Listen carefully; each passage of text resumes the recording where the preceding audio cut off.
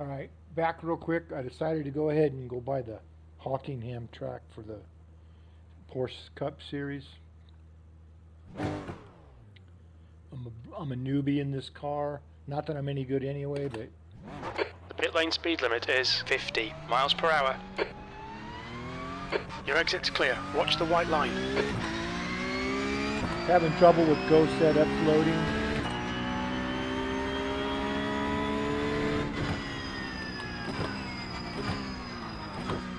Frankly, I'm almost done with paying for that.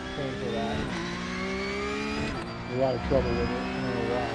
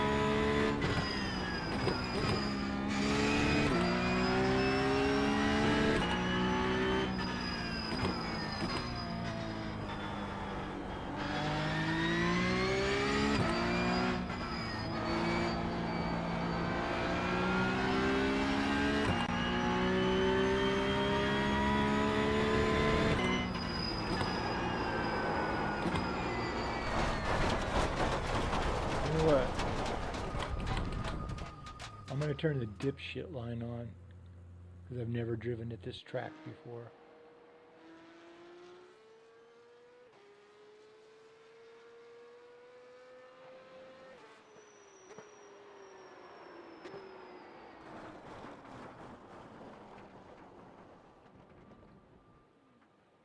Then let's go see if... So here's Go Setups. Race Engineer. Session detected. So let's see if it loaded any setups.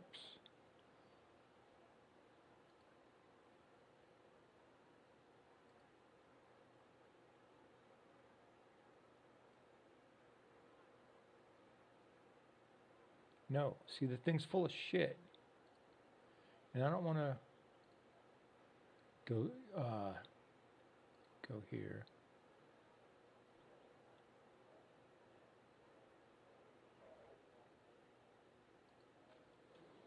Sort by Porsche.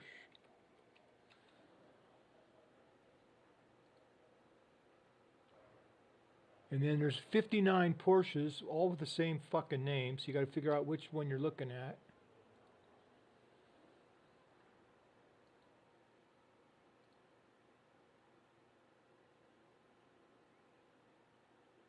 See, why didn't it just install them before?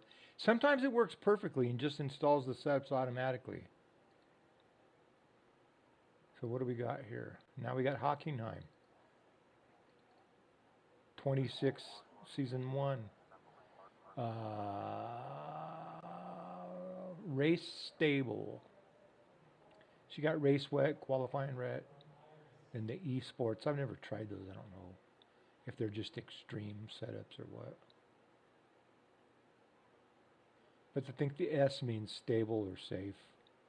E is esports, and then wet, self-explanatory. Self-explanatory.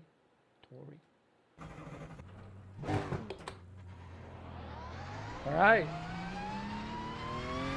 Pit exit's clear. Stay behind the white line.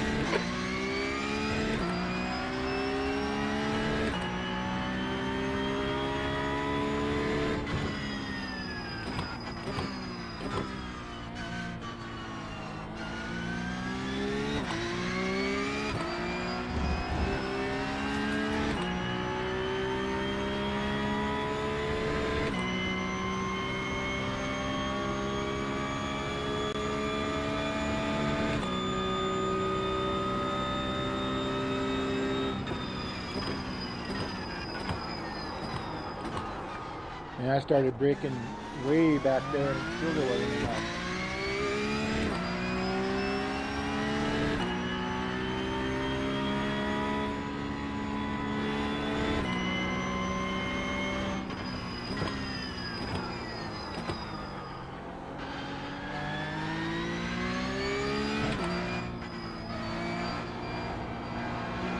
what I was describing before, the dipshit line back there, it had it going green all the way through that one corner. I would have put the brakes on there, not knowing the track and everything. So on a brand new track, don't let anyone discourage you from using the dipshit line. If you don't, you may not want to stream with the dipshit line on like I'm doing, but use that thing until you know the track. But don't use it like, oh, I got to brake here because the line says. I use it the opposite. I don't brake when I normally would, but it's running green.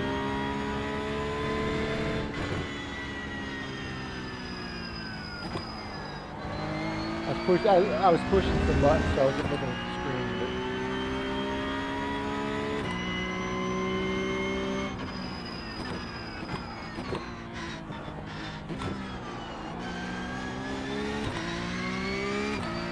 But my number one worst habit in iRacing is downshifting too much. I've always done that. I know that. Sometimes you'll cause yourself to spin out depending on the car.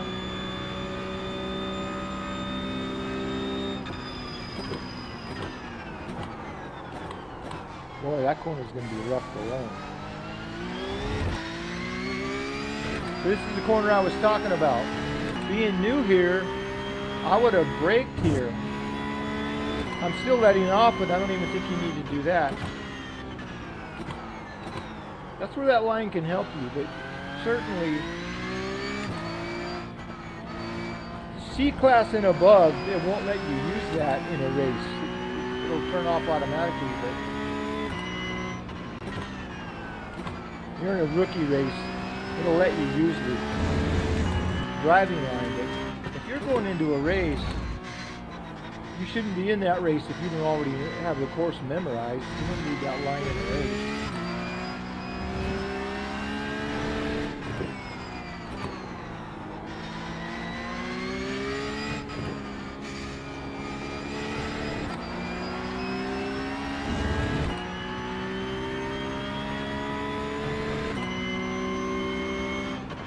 Quickest overall.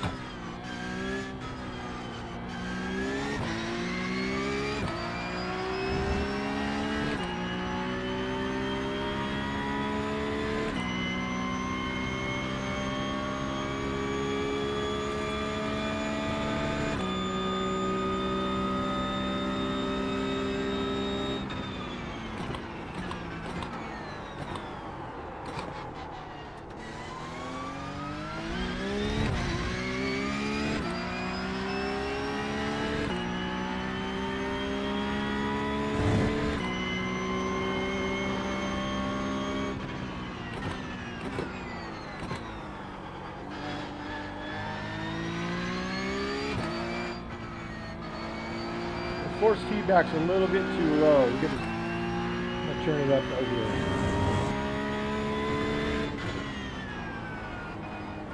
Usually one notch on my Derek's gear box, up or down, is enough to change. If it's too high, one down is enough. You know what I mean? Just one in either direction is enough to make the difference you're looking for. I tend to turn it up a little more than that in the Mazda. And in the ARCA car, even on an oval, I gotta turn it down a whole bunch. Those are the two exceptions there.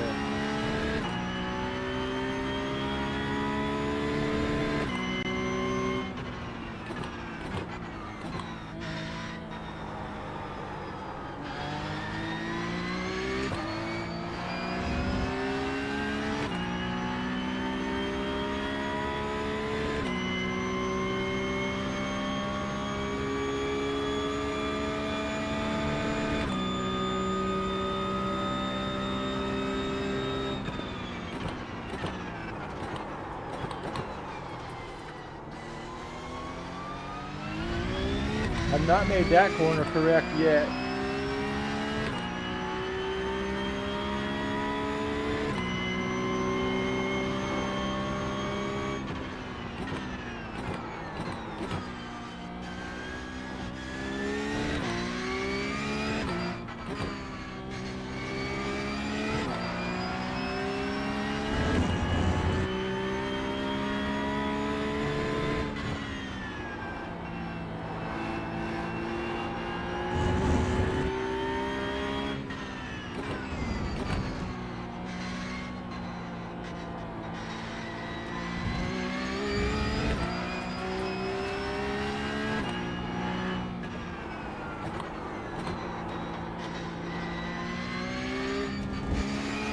Okay, Mark, we need to watch these track limits.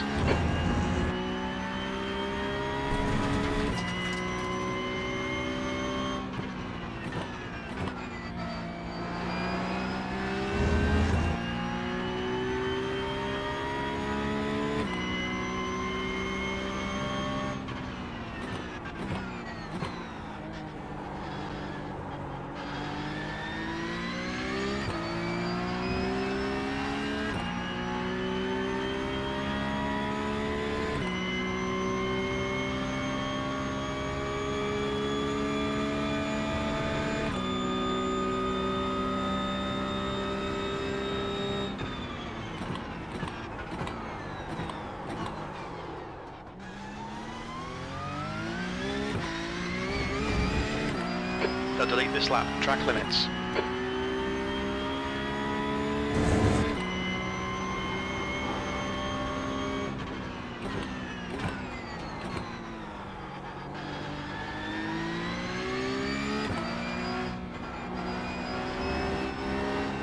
Your quickest overall.